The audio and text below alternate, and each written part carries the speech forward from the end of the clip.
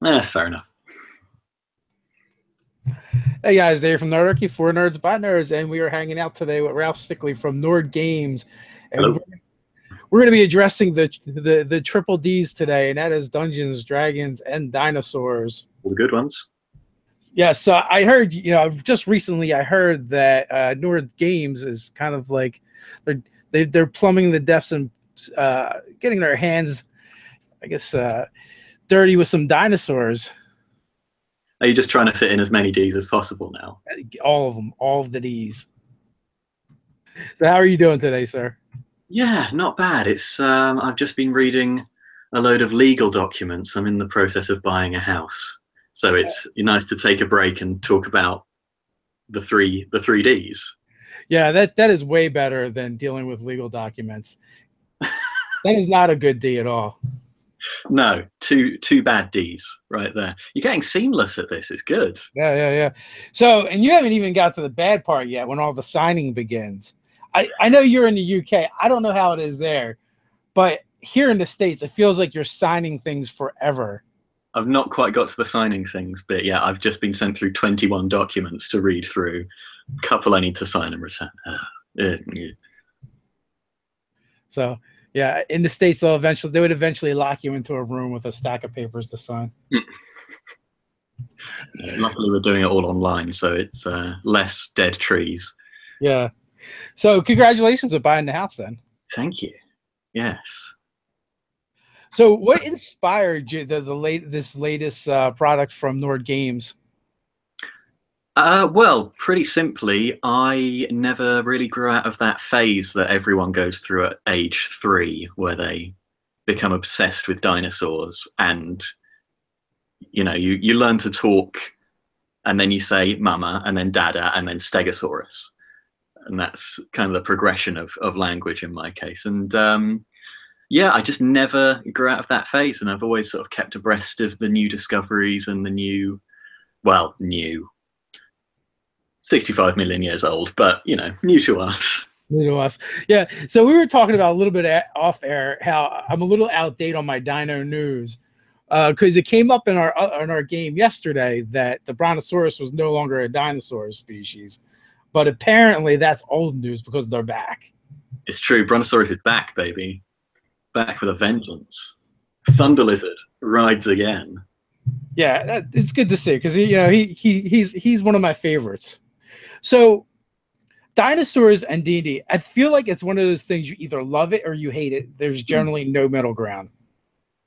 Yeah, I think what puts some people off is the scientific names, because there are no common names for dinosaurs, and so that sort of it immediately links it with the real world, because you're thinking of scientists, which is very modern, rather than sort of the antiquated names of some of the other monsters. And I considered sort of making up some common names for terrible lizards, but they usually don't work. You come up sounding like the Land Before Time, or that's kind of the best case scenario, is Land Before Time territory. So to try and like fantasyize it up, it just kind of makes it sound hokey. Yeah, well, I mean, 4th edition did that as well. They had the behemoths, which were their dinosaur stand-in. So they had like Mace Tail Behemoth and I can't remember the like Dagger Claw Behemoth and that kind of thing. Which, it's all right, but then you sort of bring it up with your players and they ask you to describe it, and you say, well, it's a velociraptor. And then it's just a velociraptor. You've shattered it anyway. But at the same time, it does make sense, though. Like, if you're going to introduce dinosaurs into your world, they're not going to call it a stegosaurus, and they're not going to call it an ankylosaurus. The mace tail sounds, it sounds more accurate for a fantasy setting. Mace tail is quite a good one. Yeah, that's a little. It's hard to beat that one. So I guess that actually is the problem and shortcoming of DMs sometimes, and I've fallen into it as well, is when you go to describe something and using something common, describe something fantastical, or just using the name. as opposed to describing them. Because I find when I'm GMing, if I take a monster out of the monster manual, even if it's familiar to the players, and you describe it to them, they think they know what it is, but they're not always positive. Yeah, well, like my girlfriend Lou, who I create stuff with for Nord Games, and who I've played D&D with, didn't know what a null was for 5 or 6 years until we wrote Revenge of the Horde together. She didn't know what a null was because I didn't at any point describe them when I was DMing, which is, yeah. I mean, on the one hand, it's kind of interesting because then everyone is having their own perfect image of what everything is in their head, But you're saying by just using the monster name. Yeah, what is a null to you? You have the perfect image of it in your head, rather than me going into loads of detail about what exactly my nulls look like. But I don't know. Except for apparently Lou didn't. No, she thought they were a kind of goblin. Because she had the word null. Interesting. So, are you using dinosaurs in any games currently, or have you had any games based around that? I generally use them wherever I can. Whenever characters go into a jungle, there are going to be some dinosaurs there, usually being ridden by lizard folk, because that's just a really good image in my head. So yeah, I had a game with, I think Chris was actually talking about it the last time we were on together, where we had an airship encounter with some lizard folk riding pterosaurs. And in my game I was playing at university, yeah, lizard folk on dinosaurs, every jungle that you come across, any opportunity to get them in there. So I see in the chat, any Magic the Gathering fans here, Dinosaurs block coming up. Yeah, I wonder if, I think so. I saw that question was posed in one of the Sage Advices, but I never went back to look through it. But you got Tomb of Annihilation coming, Jungles of Chult, which is going to be a bunch of dinosaurs, which is probably obviously why you guys dropped the dinosaur, basically dinosaur bestiary into the DMs Guild, which there's a link in the description below, guys, as well as to Nord Games. Actually, Nerdarchy and Nord Games just recently partnered up, and Nord is a sponsor of ours, so you can also find a link down in the description to go over and check out the Nord stuff. And there's a coupon code. I believe if you use that link, that'll also give you a discount at the Nord Games shop if you guys go check that out. But yeah, you guys had recently done a dinosaur bestiary and dropped it, over at DMs Guild. You guys are kind of like testing the waters over there. Tomb of Annihilation, and then Magic the Gathering. Yeah, their next thing is going to be a lot of dinosaurs. Yeah, I've seen bits and pieces of art for that. I don't play Magic the Gathering, but I've seen some of the artwork got released, and it looks quite interesting. It's good that they're going in a kind of quite modern, feathery kind of direction, which I definitely appreciate. But yeah, I mean, with me being any kind of creative force at Nord Games, a dinosaur bestiary was going to happen at some point. But yeah, when we got news that Tomb of Annihilation was going to be in Chult, then it kind of spurred us on to get it done. How do you feel about the Tomb of Annihilation T-Rex, the zombie T-Rex spitting zombies? I mean, zombie T-Rex is awesome. It spits zombies. I haven't seen that. Yeah, if you look at the image of it, it's chasing the adventurers. Its mouth is open wide. Well, its mouth is full of zombies. Amazing. Well, that makes sense because it gobbles people up and then it spits them out. Why not? Everyone knows that. Yeah, the T-Rex eats lawyers off toilets, zombifies the lawyer, and then regurgitates said lawyer. There is documentary evidence of this. But I want to say my first exposure to the zombie T-Rex though was Dresden Files, Deadbeat from Jim Butcher. Sue the T-Rex gets basically zombified, which Sue is I think that's it. The Smithsonian.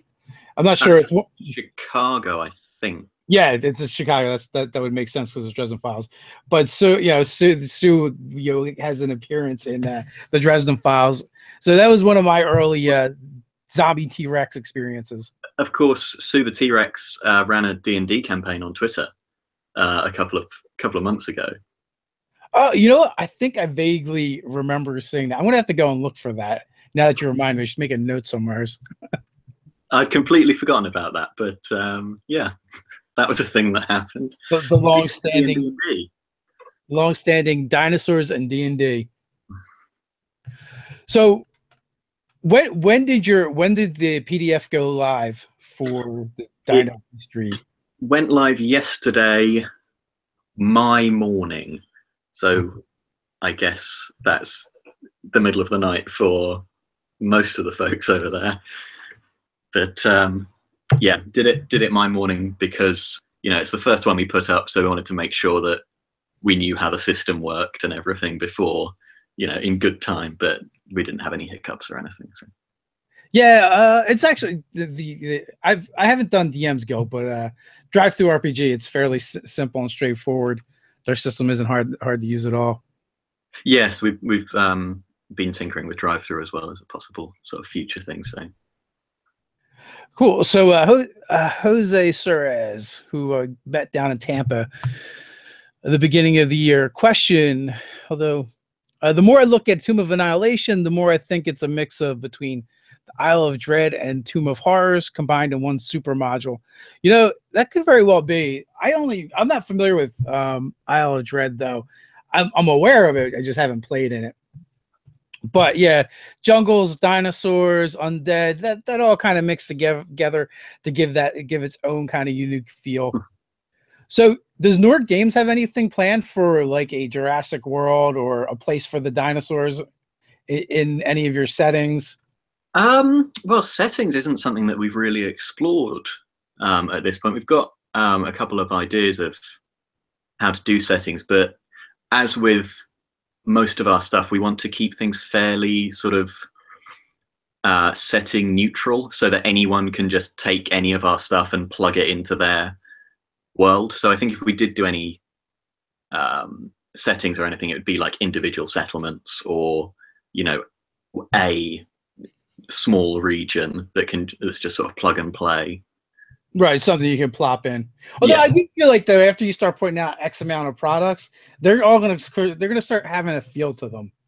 So yeah, true. And I mean, we're already sort of using stuff from one thing and another thing, like the our next Kickstarter, which is up on Friday, is an adventure module, probably sort of 3 or 4 session adventure, and it includes a character from Ultimate NPC's Skullduggery as possibly an enemy, possibly an ally, depends on your actions.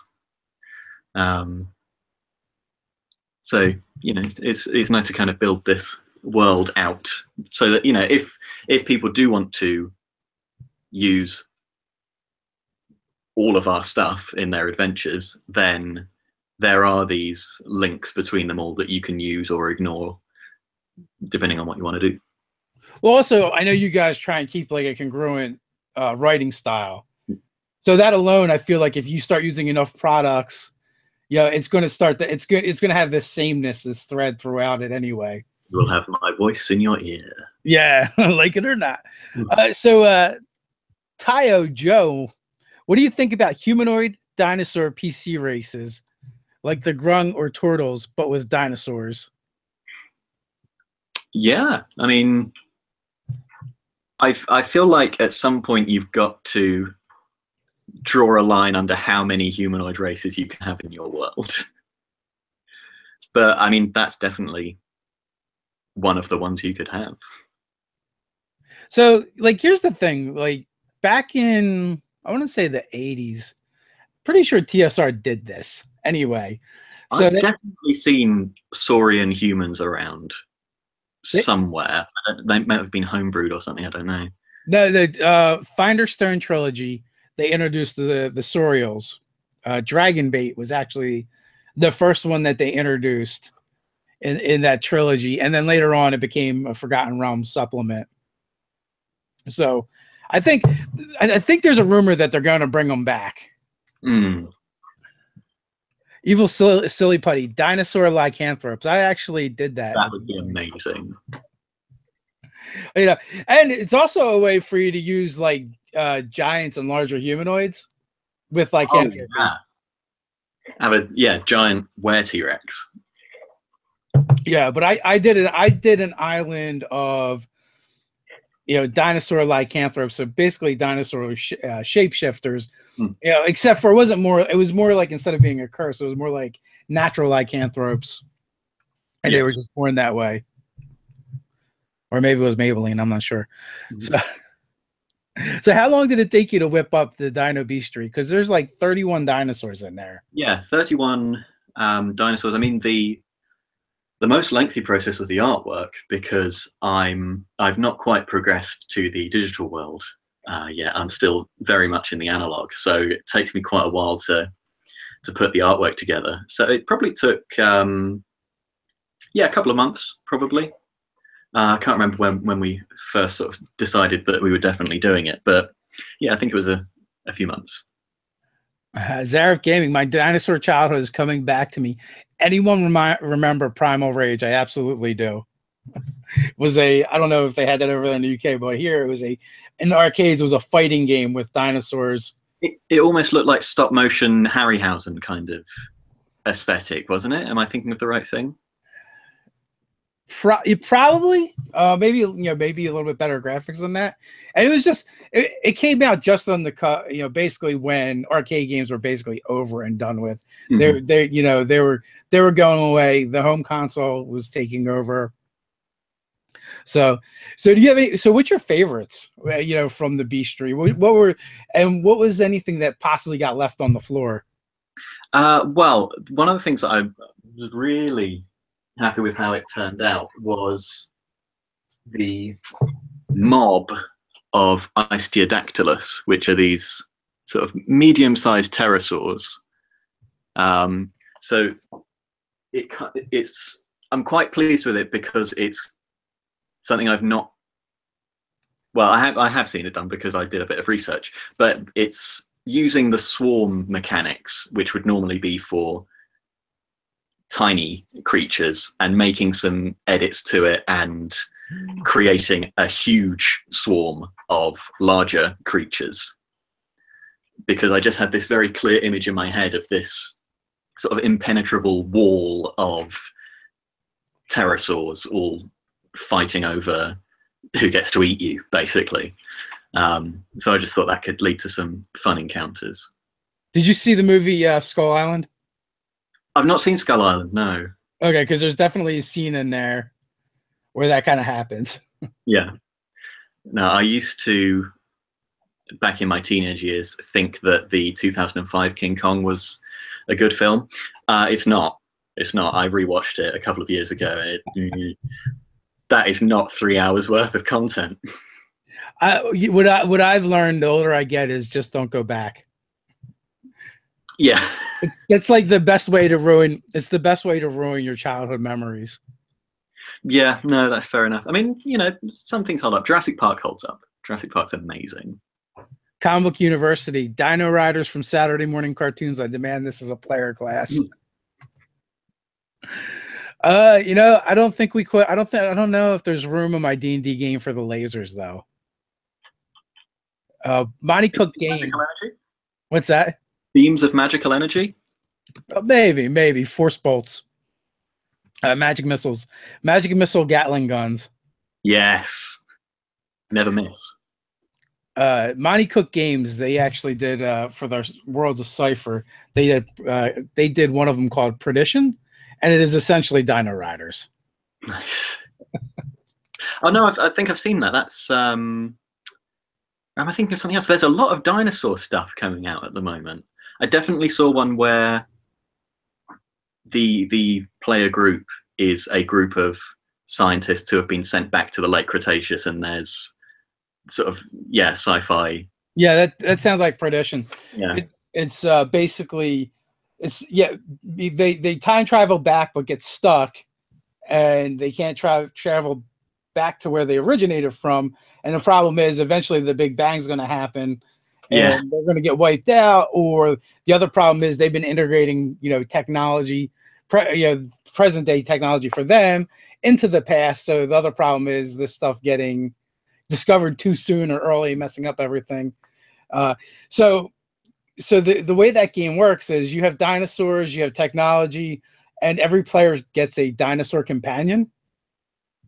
And my son was so stoked, and he's like, I don't care who it is, I just want to be the one that has the Ankylosaurus as a companion. And there was one. So everyone gets their character, because we did the demo. Everybody gets their character, and you get your dinosaur, and then the game master's like, all right, now pass your dinosaur to the left, because they're going to actually be role-playing your dinosaur. Oh, okay. Interesting. I like that. Yeah, so it was definitely an interesting twist. But I thought you can say that your son got deprived of his Ankylosaurus straight away. Yeah. So and it was, there was a mechanic in it where when you wanted your dinosaur to do something, you had to make skill checks to make that happen. And then like the other player, depending on what your skill check was, would then role play what your dinosaur does. Yeah. So it was fun. It was just definitely an interesting change. And my son definitely didn't see that one coming.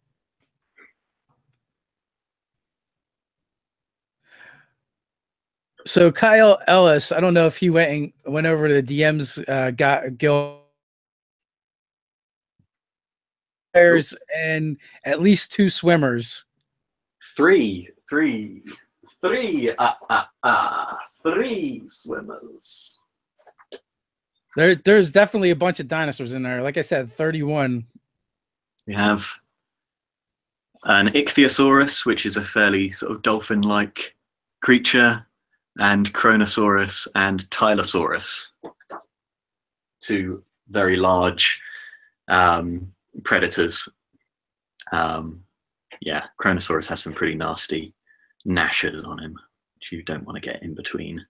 So how much of this did you know, and how much of this did you had to actually research?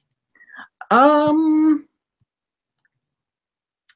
say most of it is just stuff I had floating around. And I found that there's so much variety, and we do now know a surprising amount of stuff, considering we've just got bones and the odd skin impressions and stuff to work with, that there's not much you need to make up. You just sort of transcribe what what the findings are into the terms of D&D, and you've got a pretty interesting animal, an interesting creature to fight or interact with or whatever. Oh, that looks like fun. Kyle Ellis, question: opinion on each dragon's color being evolved from a different dinosaur. So like the green dragons have stegosaurus plates and tail spikes. That's cool. I'm always interested in, making things make biological sense. That's why I often get shouted down in fantasy circles, because I prefer dragons with the wyvern layout, because that just makes biological sense, whereas having a dragon with 4 legs and wings, that's impossible. You can't have that. Which is ridiculous, because we're talking about dragons, but the breathing fire part, no worries. Or the idea that gas or chemicals, it's fine. You explain that away. How does it evolve its wings, though? But yeah, Kyle, I actually like that, especially if you wanted to do something different with dragons in your world, and the idea that they were either created or mutated or evolved from dinosaurs, and changing how they look. It would definitely throw off your players too. That's for sure. Yeah.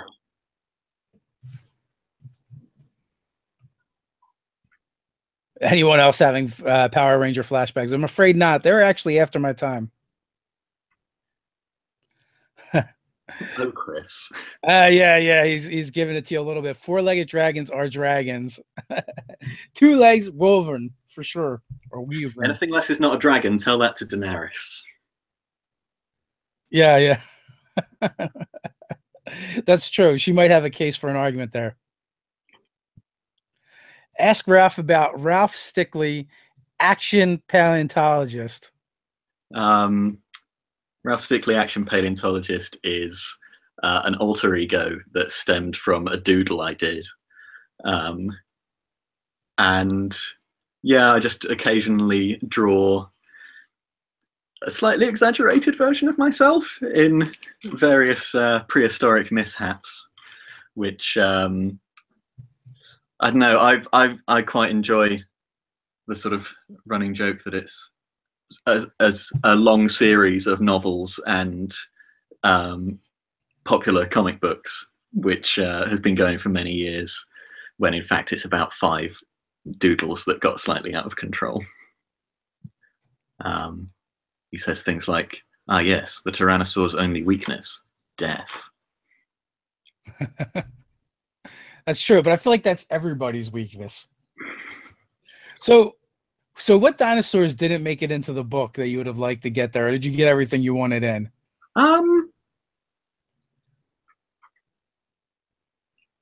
Yeah, I think I got the ones that I wanted in them. The one that I was, particularly keen to get in there was Hatzegopteryx, which is pterosaur, very similar to Quetzalcoatlus, which is in Volo's Guide, I think. So wherever possible, I didn't use ones that had been used in either the Monster Manual or Volo's Guide. There are a couple which do appear in Volo's Guide, but I think I've made them different enough that they're basically different animals at this point that just happen to share the same name. But yeah, Hatzegopteryx was a pterosaur, so a flying reptile that was the size of a giraffe when it was walking around, with a close to 40-foot wingspan, that could, take off and fly at, I think it's been calculated, about 80 miles an hour as a cruising speed. It could pick up animals almost as big as a human and swallow them. It was a beast of a thing.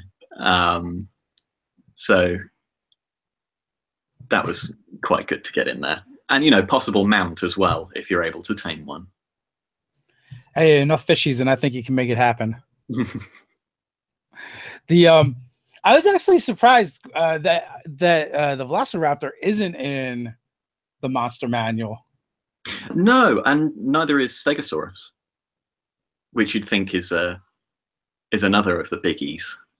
Yeah, I guess they had to cut it somewhere. Matter of fact, when I saw the Velociraptor in your Dinosaur Bestiary, I was like, I wonder why he did that one again. Because in my mind, it existed and it had to exist in the monster. That one is one of the ones that's in Volo's Guide. But again, I think I've put a different enough spin on it that it's its own thing, really. Well, absolutely. Did they even have sauropods in the Monster Manual? Sorry, I'm getting distracted by the chat. I feel your pain. I understand. So, do you have any more Jurassic projects that you'd like to do? You scratch the itch. Well, I am working on a completely unrelated children's book about dinosaurs as well, with my sister, which is basically just an excuse for me to draw dinosaurs. Which is, yeah, it's an itch that needs to be scratched. It needs an outlet every now and then, or I just end up doodling. So now they're talking about in the chat, Oxford Comma was a lasers that happened in one of our Marvel Phase Rip games, and someone ended up taming one of them and naming it Oxford Comma.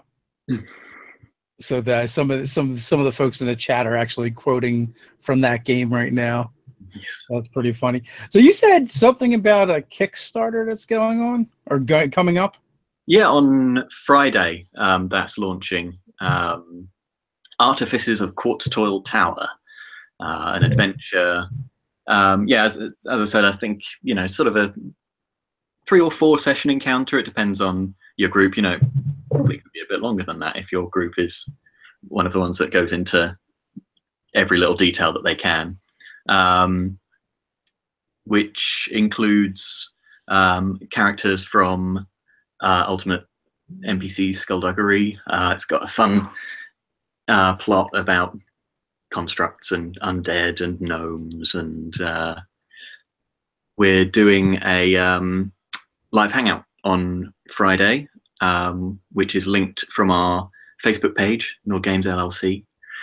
So a couple of hours after launch, we'll be doing a live Q&A and chatting about the product, showing off some art and all that kind of thing. Okay, sounds cool. I thought I saw something in maybe the event page where I guess the premise is that the adventure is going to be for various levels. It's not like a set, hey, this is an adventure for levels 5 through 7. Yeah, that's right. If anyone has seen our previous 2 adventures, we call them variable difficulty.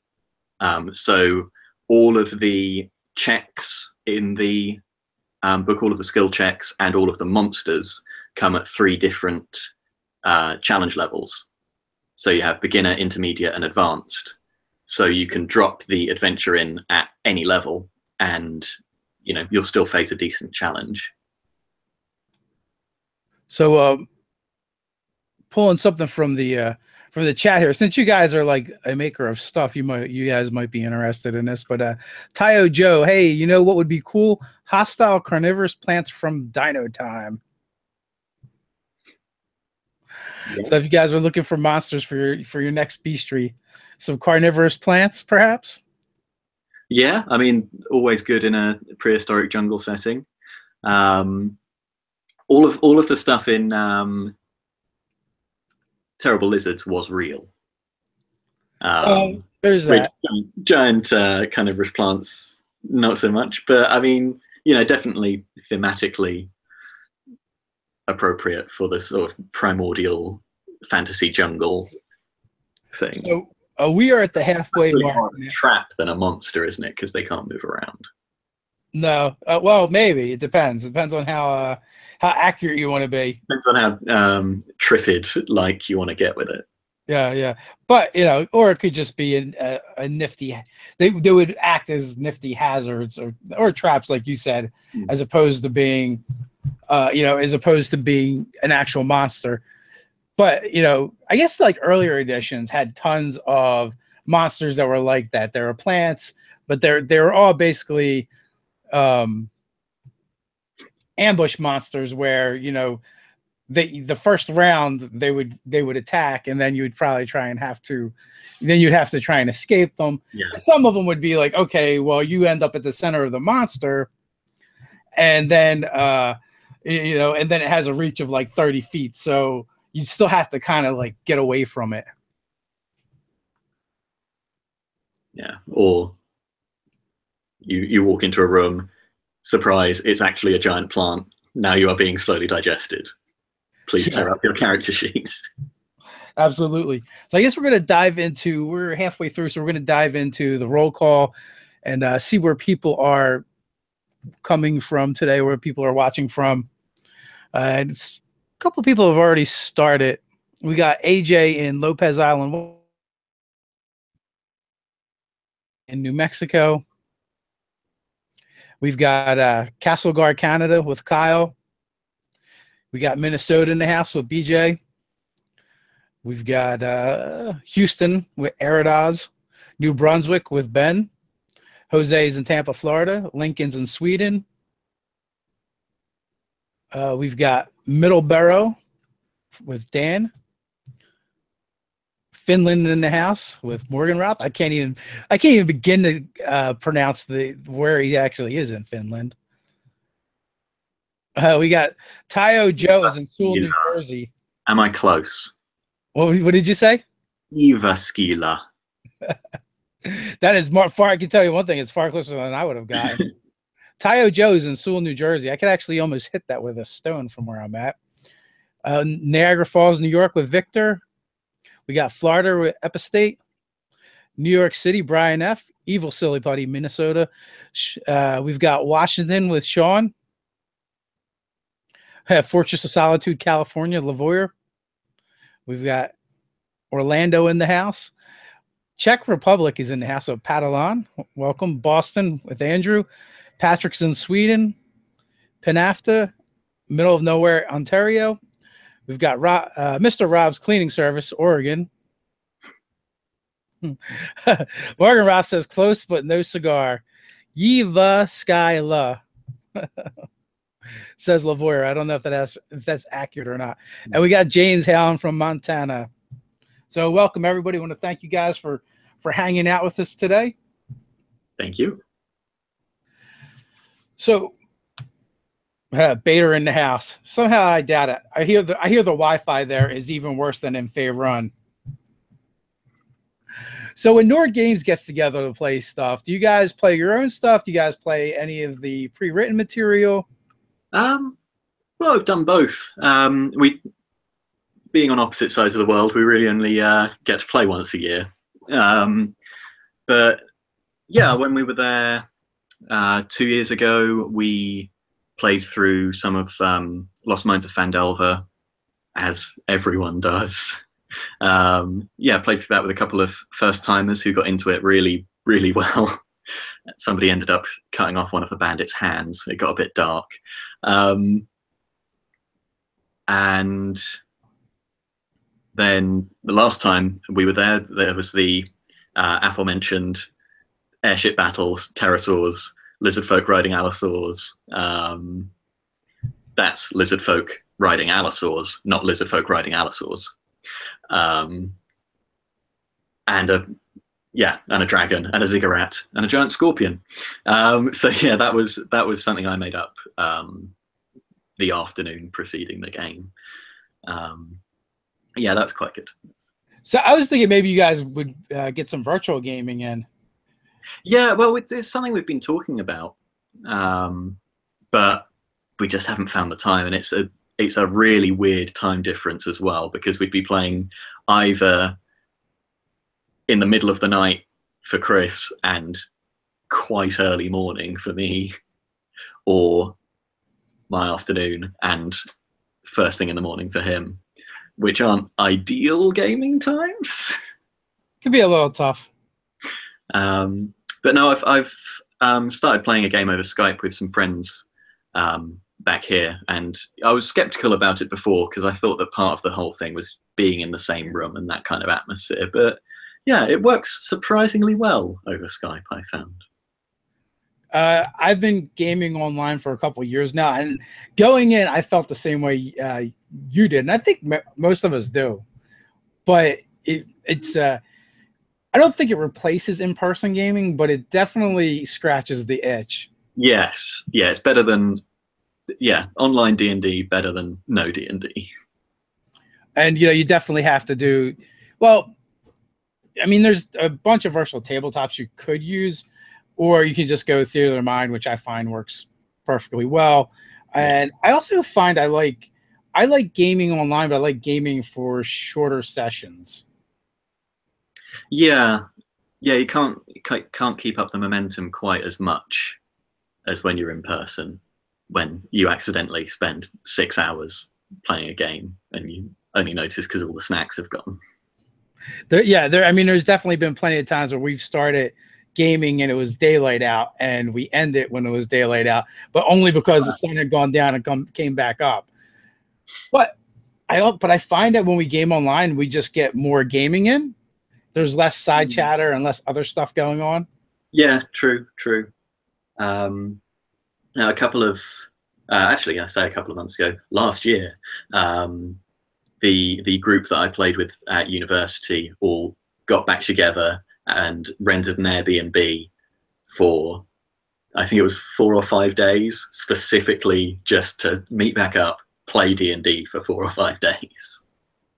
Oh, nice. That was a good one. Were you a player or a GM? I was, GMing for that one. Back in the saddle after quite a long absence.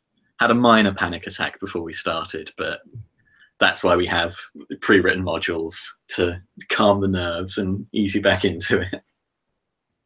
I just tend to tell people it's a game. At the end of the day, it's a game, and hopefully hopefully you're playing it with your friends, so it's not going to be a big deal. And as so you mess up or flub here something here or there, it's not exactly the end of the world. No, true. I mean, it might be the end of the character's world, but hopefully not the end of the world for the players.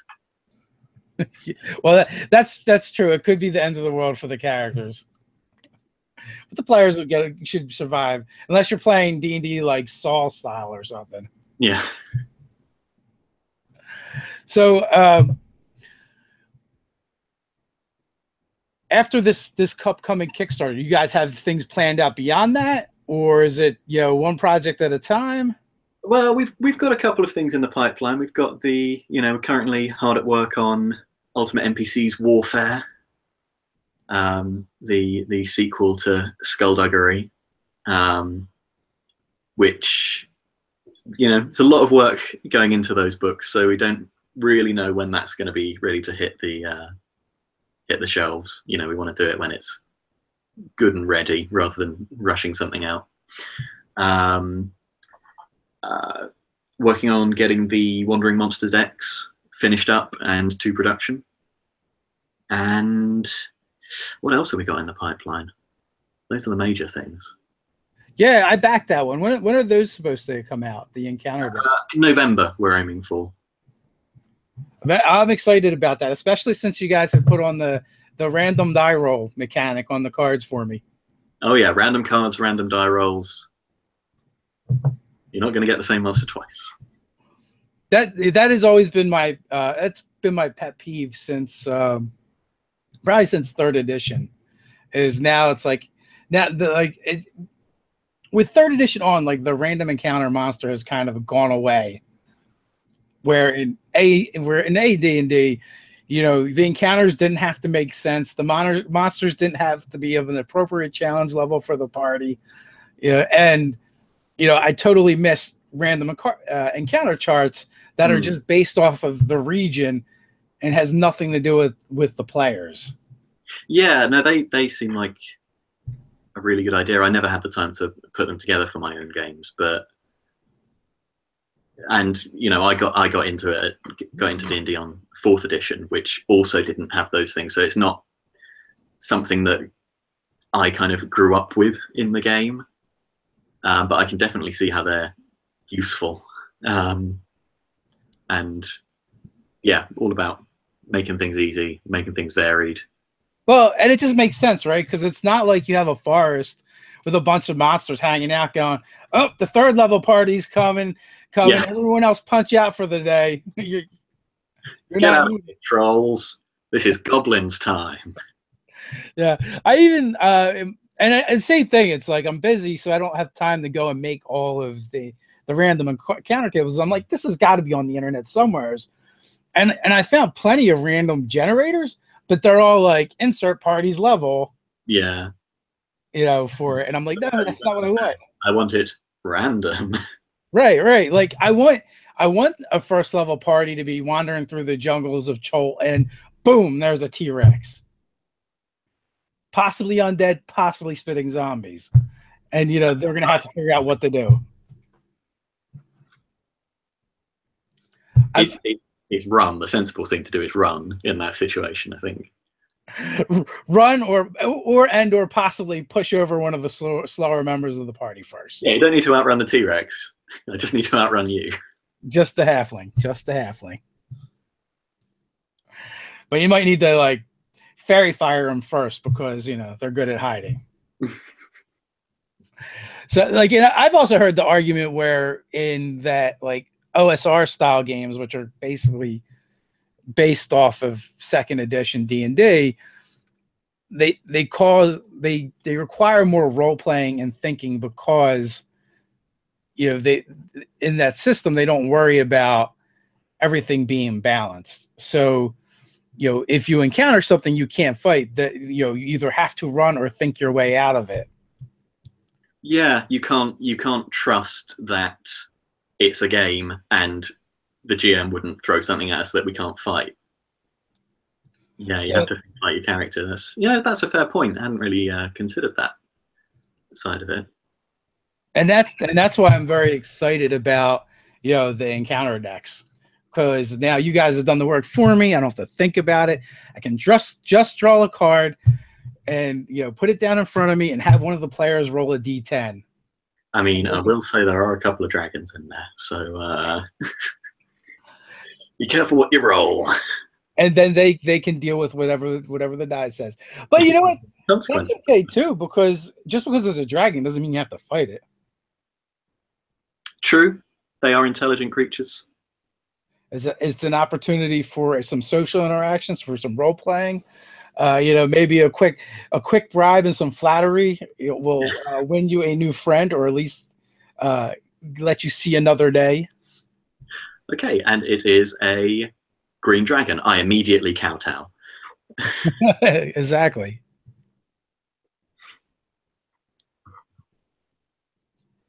Comic Book University. Halfling Rogue gets triple move. You likely won't outrun the Halfling. So sad. That's why you got to trip him first. Who's lucky now? Yeah, exactly. So trip him first and stuff rations in his pockets. So we basically covered everything, I think. You know, you guys have some things in the works. How long from the Kickstarter, when the Kickstarter wraps up, you guys doing, you know, 25, 30 days on that? Oh, yes. Yeah. And how long before it, you know, that should be finished up after the Kickstarter? Not actually sure on that one. It's going to be primarily digital. We will do a print run if we sort of get to the right numbers on it. But it should be a pretty quick turnaround on that one. If Chris wants to weigh in, he's got a better idea than me. Oh, so that's going to be a digital product, unless it'll be digital, and there'll be a soft cover as well. Okay, cool. Do you guys have a page count on that? Layout is still being finalized because we've not got the final artwork yet. Gotcha. But it's looking about 40 pages. I don't think there's a need, Chris, because we'll be wrapping up here soon. 60-ish, Chris says, for the adventure for you guys that are following along. And you said there's going to be a live Q&A for that on Friday? Yes. There is an event that was shared on our Facebook page if people are interested in joining. Just head over to the Nord Games Facebook page, where you can sign up for the event, ask your questions.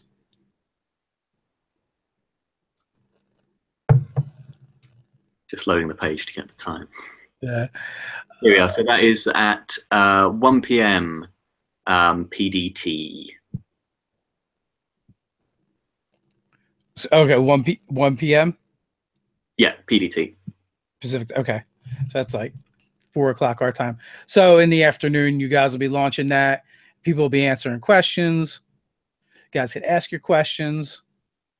So you can sign up for that. I believe I already did sign up for it. I think you're on the guest list. I think you're all right. Ooh. So Size Studios, hey Nerdarchy, have you built a Way of Shadows Monk Assassin Rogue combo on your channel yet? No, but I think that's your standard ninja build, pretty much.